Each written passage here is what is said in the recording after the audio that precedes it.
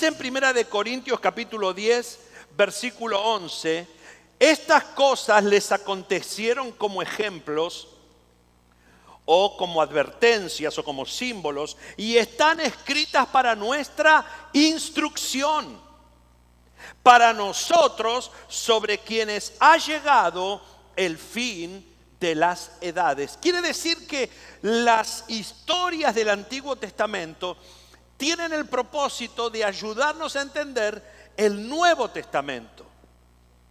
Por eso siempre uno tiene que saber cuando lee la Biblia que la forma de interpretar el Antiguo Testamento es estudiando el Nuevo Testamento. Así que cuando uno entiende esto, comienza a descubrir los sentidos espirituales, las lecciones, las simbologías, lo que la palabra de Dios tiene para nosotros. Decíamos que esta es una historia de dolor, de romance y de salvación.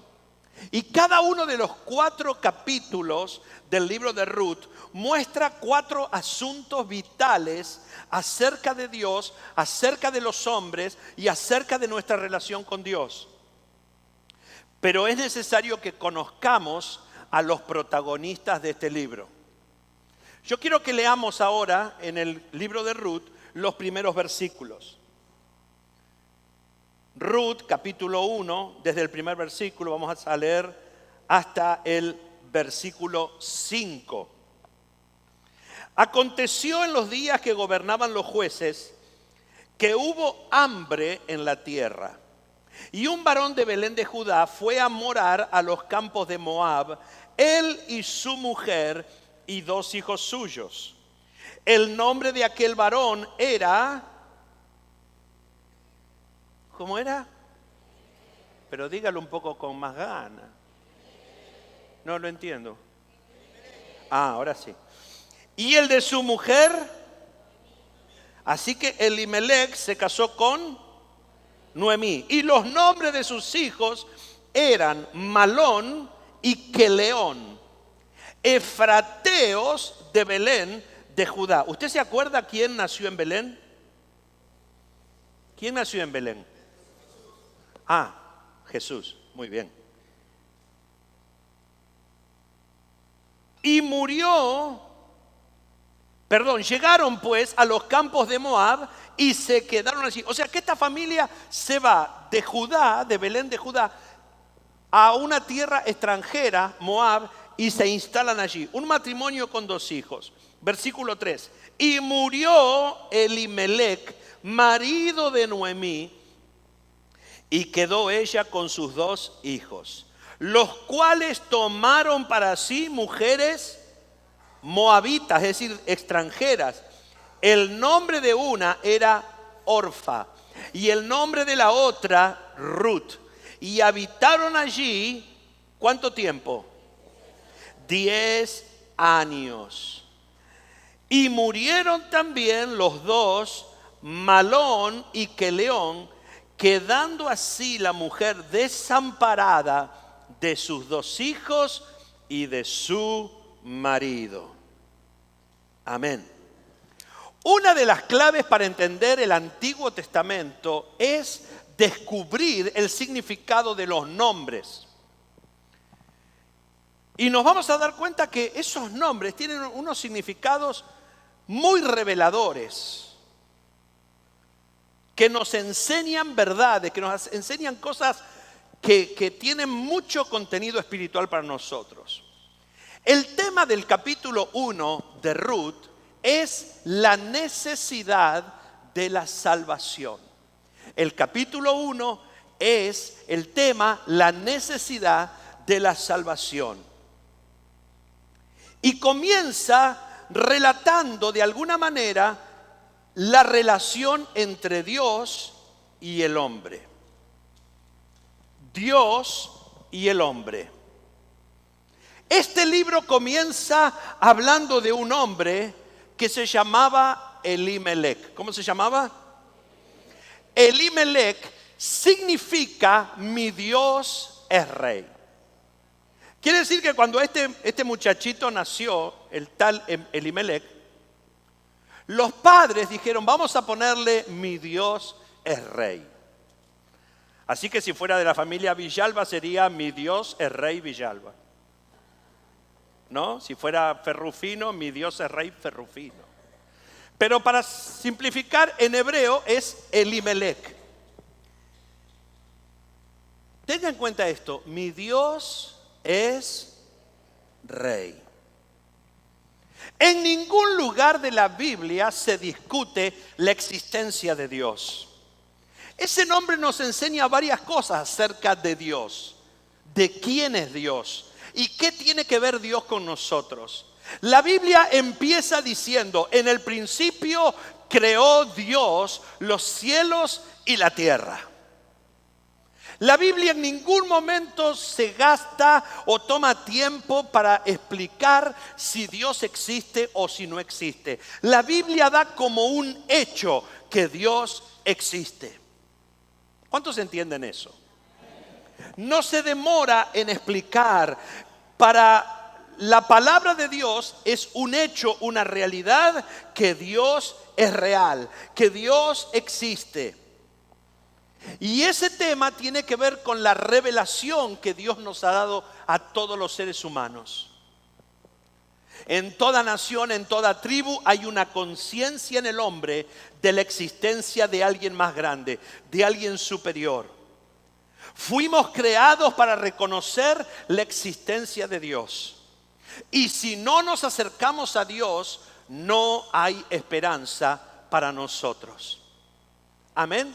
La Biblia dice que el necio dice que no hay Dios.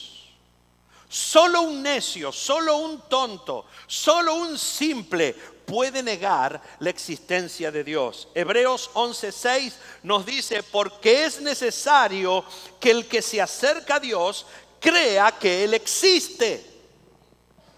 Si usted está orando, pero no cree que Dios existe, ¿de qué sirve su oración?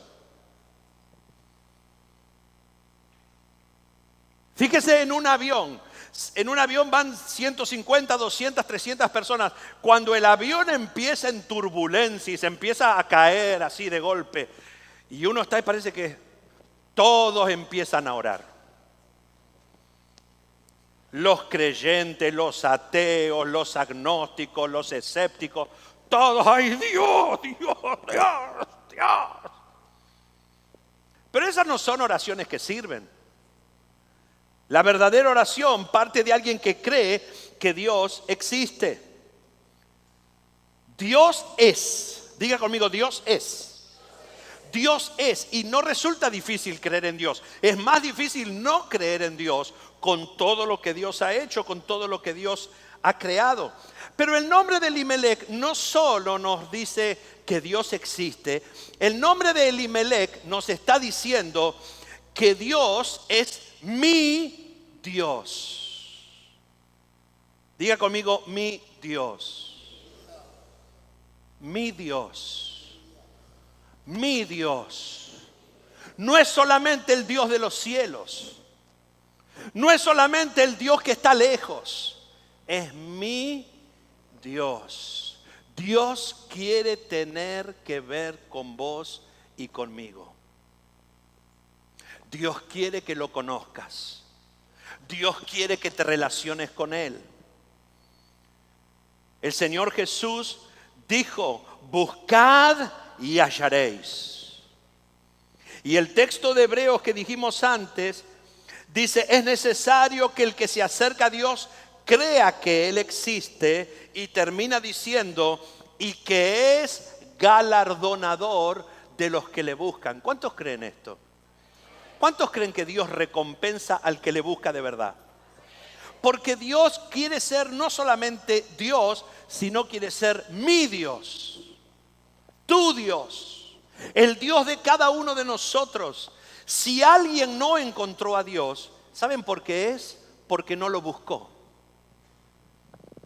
Porque Jesús dijo, buscad y hallaréis. Llamad y se os abrirá. Dios es real y quiere ser nuestro Dios. Esa era la relación que Dios tenía con el hombre en el huerto del Edén. Una relación de comunión, de amistad. La Biblia dice que Dios se paseaba todos los días en el huerto del Edén y tenía comunión con el hombre y la mujer. El salmista David escribió: cuando veo los cielos, obra de tus dedos, la luna y las estrellas que tú formaste, digo, ¿qué es el hombre para que tengas de él memoria? Y el hijo del hombre para que lo visites. Nosotros, comparados con la creación de Dios, somos minúsculos. Somos como un átomo. Nos creemos tan grandes, nos creemos tan importantes, tan poderosos. Pero David tuvo esa revelación y se dio cuenta: Señor, no somos nada.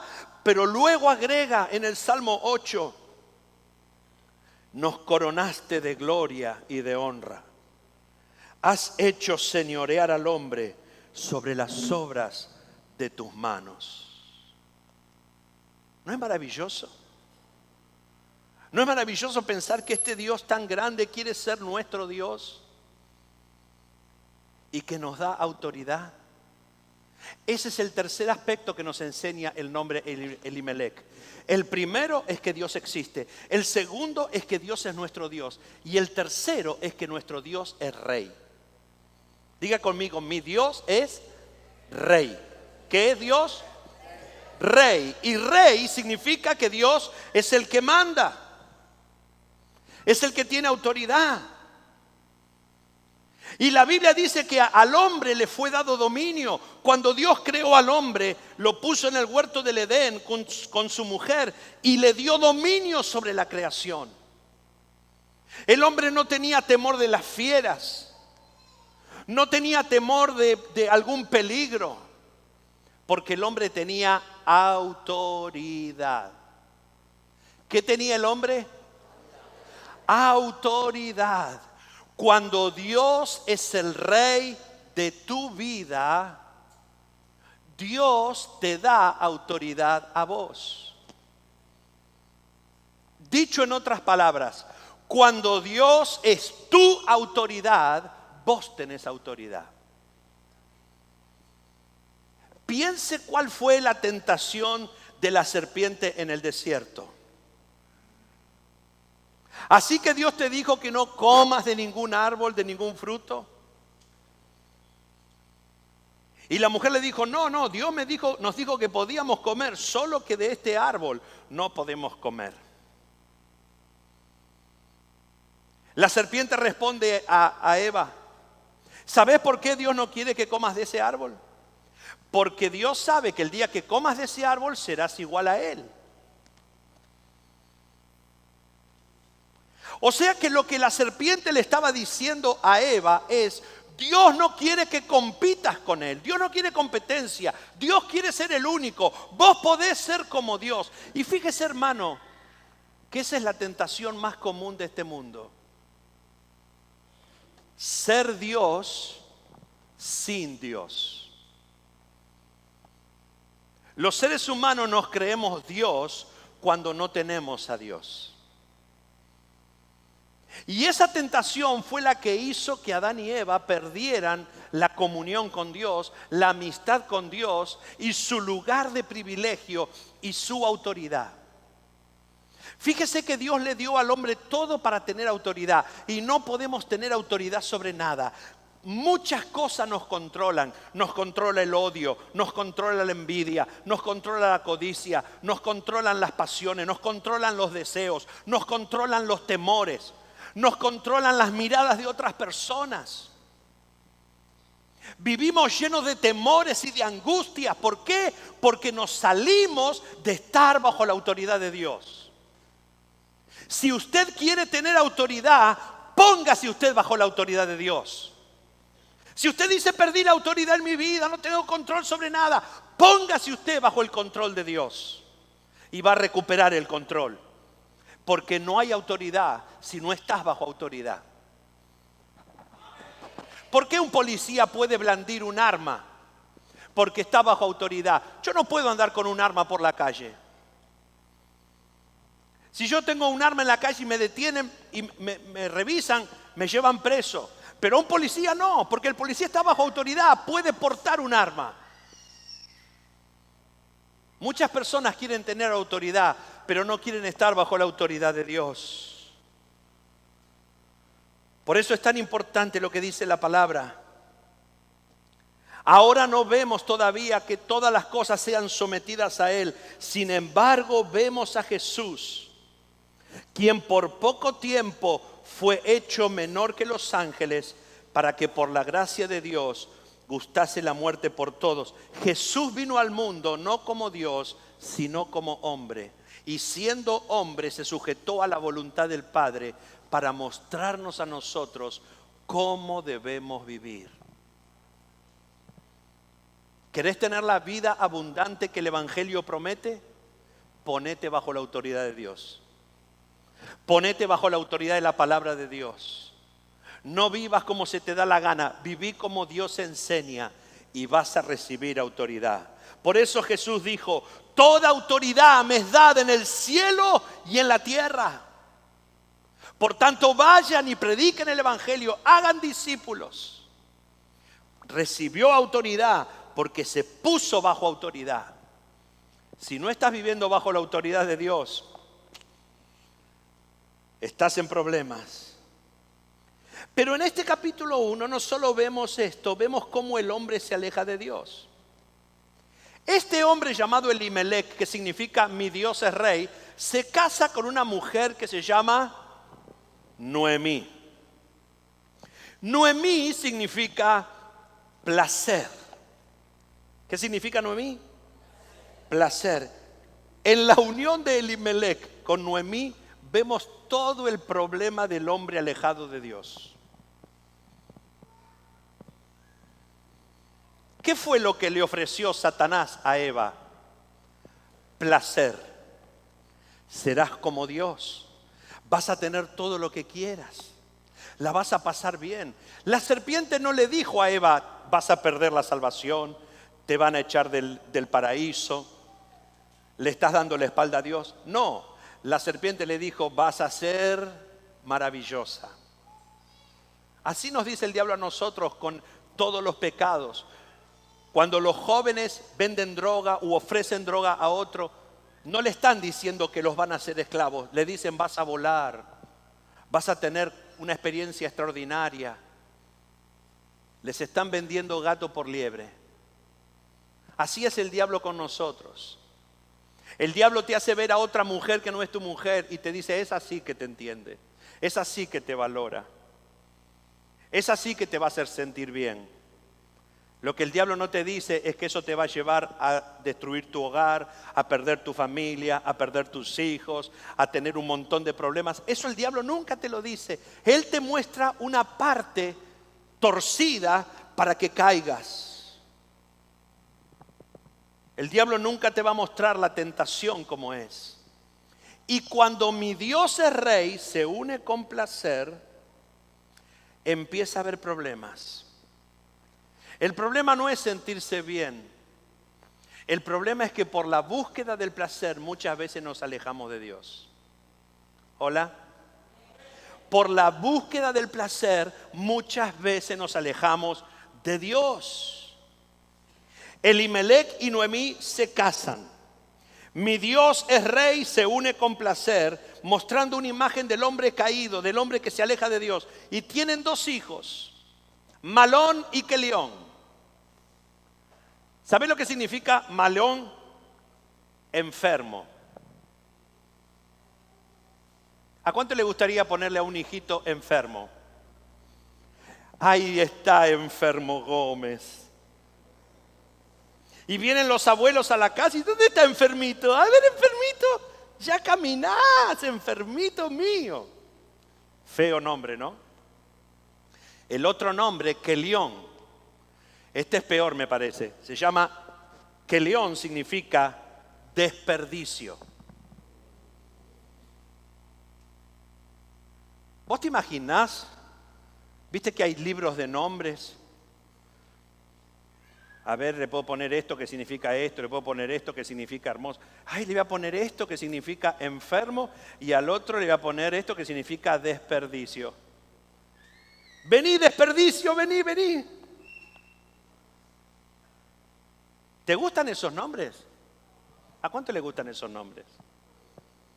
Son terribles, ¿no? Cuando mi Dios es rey, se une a placer y se aleja de Dios, el resultado es enfermo y desperdicio. ¿Cómo vive el hombre sin Dios? Vive enfermo y vive una vida desperdiciada. ¿Cómo estabas vos antes de conocer a Cristo? ¿Estabas mejor que ahora? ¿O estabas peor? Estamos peor.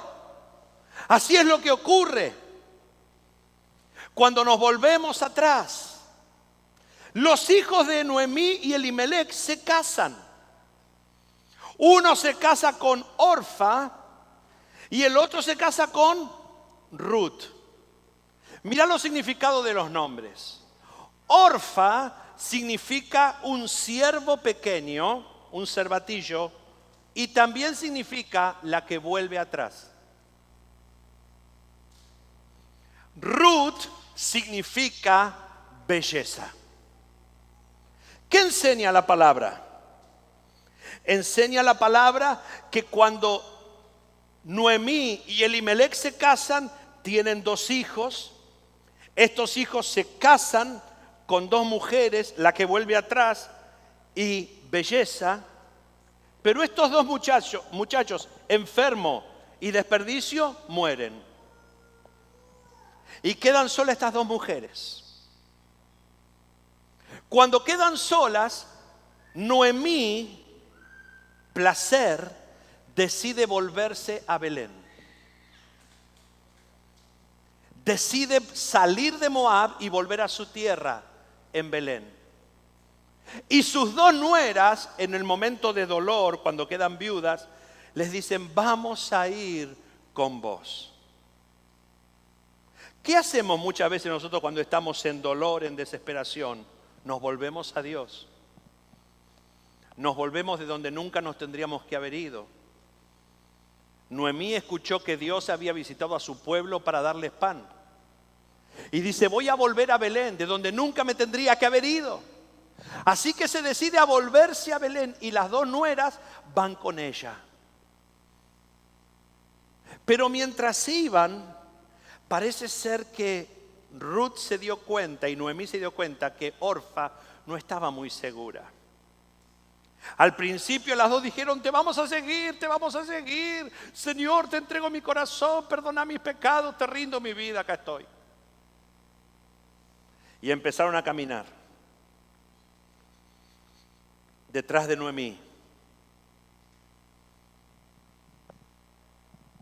Pero Noemí se da cuenta de que algo no está bien y le dice a sus nueras: vuélvanse a Moab, vuélvanse a su tierra. Yo ya soy grande, yo ya no puedo darles hijos. Y aunque yo me casara y tuviera un hijo, ese hijo tiene que esperar muchos años para crecer y ser vuestro marido. ¿Y qué hace Orfa? Le da un beso a Noemí. Gracias, viejita. Fue tan lindo ser tu nuera.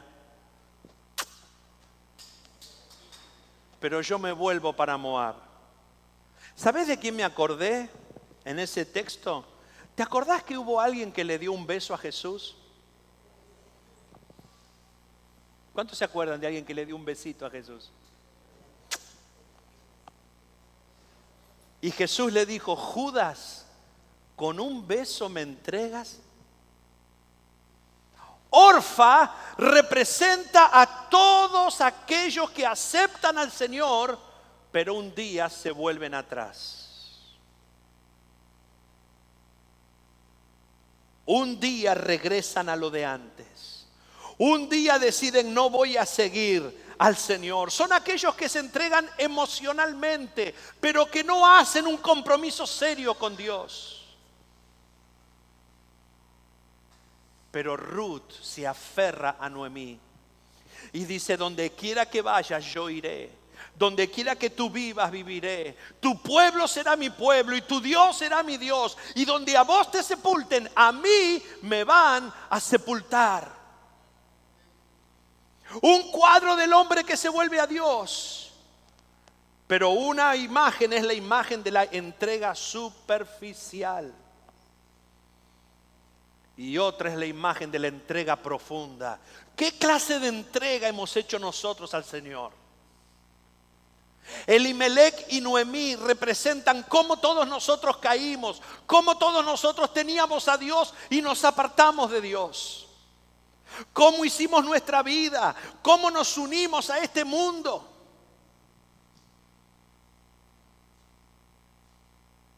Y cómo Dios empieza a preparar un camino de salvación. Volver a Belén, la casa del pan.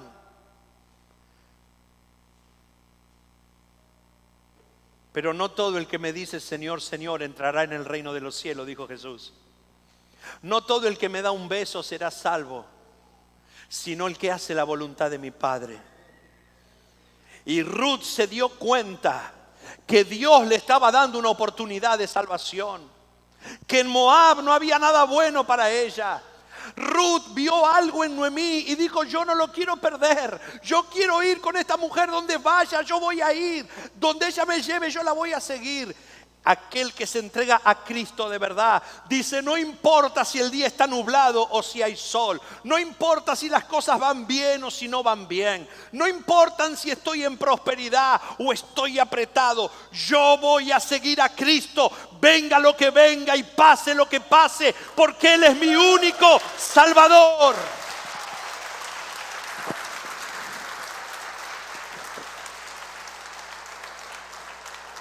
Por eso el Señor Jesús nos enseña de calcular el costo de seguirle. Por eso el Señor Jesús nos dice: ¿quién de ustedes va a edificar y antes no hace cuentas? ¿Quién de ustedes va a salir a la guerra y antes no calcula si puede hacer batalla frente al enemigo? Yo quiero decirte que seguir a Cristo no te va a costar mucho, te va a costar todo. Y perdóname si te arruiné la mañana. No es mi intención, pero mi intención es que nos demos cuenta que con dar besitos no alcanza, que con lágrimas no alcanza. Jesús dijo: cualquiera que pone las manos en el arado y mira atrás no es digno del reino de Dios. Si vamos a seguir a Cristo, sigámoslo de verdad. Donde Él nos lleve, donde Él vaya. Y yo sé que el Señor no me va a llevar a ningún lugar malo. Yo sé que el Señor no me va a llevar a ninguna tragedia, a ningún desastre. Algunas personas actúan como Orfa. Se abrazan a Noemí, pero luego comienzan a añorar. Ay esto, ay lo otro. Y como la mujer de Lot se dan vuelta. Pero hay otros que dicen: yo ya no tengo nada más atrás. Mi futuro y mi vida están adelante. He aceptado a Cristo y le voy a seguir hasta el final, cada día de mi vida. Y esa salvación que perdí por buscar el placer, la voy a recuperar cuando vuelva a Belén. Y si vos lees la historia, vas a ver cómo Ruth fue bendecida, cómo Ruth fue redimida, cómo Ruth encontró a un hombre que la puso en una situación de honra, y cómo Ruth se transforma en parte del pueblo de Dios y en parte de la familia de Jesús, porque ella engendra al abuelo de David, antepasado de nuestro Señor Jesucristo. Hermano, Dios puede hacer cosas maravillosas con vos, pero no te vuelvas atrás. Tal vez estés pasando problemas, dificultades, estés pasando luchas, tal vez estés apretado por algo, por lo otro, pero sea como sea, recordá lo que Pedro le dijo un día a Jesús. Jesús le dijo a las personas: ustedes me siguen porque comieron y se saciaron. Y la Biblia dice que mucha gente se empezó a enojar con Jesús y se apartaron. Y Jesús vio que de repente esa multitud que le seguía ya no era tan grande, era más chica. Y no le dijo a los discípulos: muchachos, tenemos que cuidarnos un poquito porque se nos están yendo algunos. No, Jesús fue bien directo y le dijo a los 12: ¿ustedes también se quieren ir?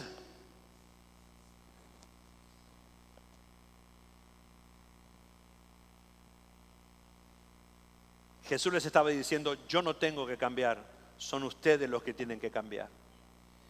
Y yo no voy a cambiar. O me siguen o se vuelven atrás. Y Pedro le dijo a Jesús: Señor, ¿a quién iremos? Y yo te pregunto hoy, ¿conoces otro al que pueda decir que no sea el Señor? ¿Hay otro que pueda darte la esperanza, la paz, el gozo, la fortaleza, el perdón, la salvación, la vida eterna que no sea Jesús? Así que si hoy decidiste seguir a Cristo, yo te animo a que le sigas. El Señor Jesús nació en Belén y Él dijo: yo soy el pan de vida. ¿Cuántos han probado ese pan de vida? ¿Cuántos dicen: no hay nada más grande, no hay nada más maravilloso que haber conocido a Jesús?